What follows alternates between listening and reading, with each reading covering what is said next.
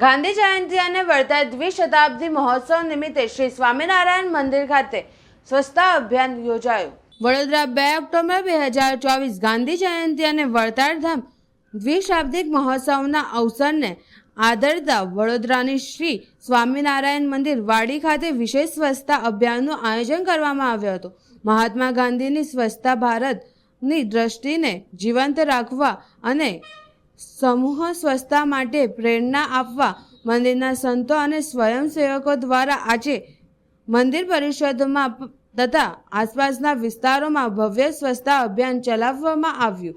આ અભિયાનમાં મંદિરમાં આવેલા ભક્તો અને સ્થાનિક વસ્તીને જોડવામાં આવી, જેમણે સમૂહ સ્વચ્છતા માટે જાગૃત અભિયાનમાં પણ ભાગ લીધો। સંતોએ પર્યાવરણની મહત્વતા તથા સ્વચ્છતા માટે સૌના પ્રત્યે સમર્પણના સંદેશા સાથે કાર્યક્રમની શરૂઆત કરી।